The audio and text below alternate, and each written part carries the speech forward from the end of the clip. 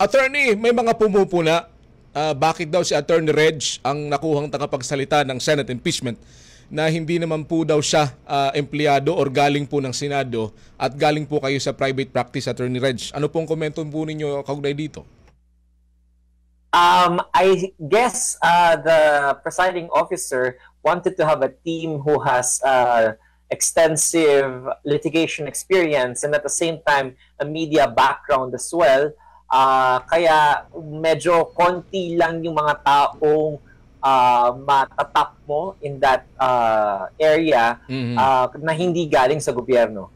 So I still believe that the best people come from the private practice. Opo, opo. So I think siguro yung pwedeng nakuha or batayan po ng pagpili sa inyo, bukod po sa pagiging mahusay po ninyo sa private practice, ay yung karanasan po ninyo sa communications, Attorney Reg. Tama ka dyan, Reggie. Nakatulong din yun siya. Opo, opo.